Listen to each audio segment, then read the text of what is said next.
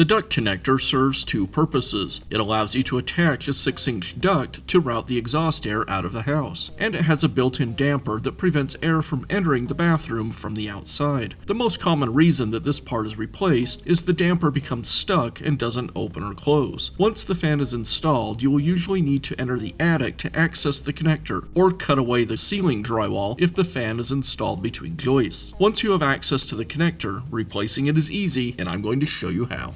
The hardest part in replacing the duct on your ceiling fan will be accessing it. If the fan is mounted in an upper floor in your home, you should be able to access through the attic. If it's in the basement, between joists, you'll likely have to cut away the drywall to get access.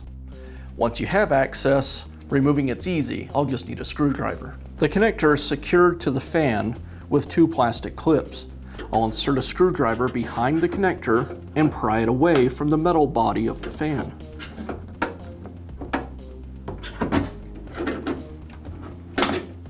And then it'll come free from the fan housing. Of course, on this end, you'd remove the connector from your ductwork. Now I can install the new connector.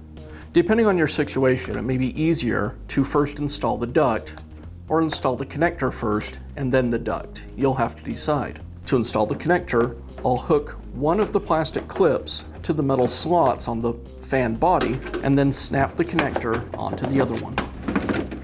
And it should hold firmly once in place. And that's all it takes to install a new duct connector on your bathroom fan.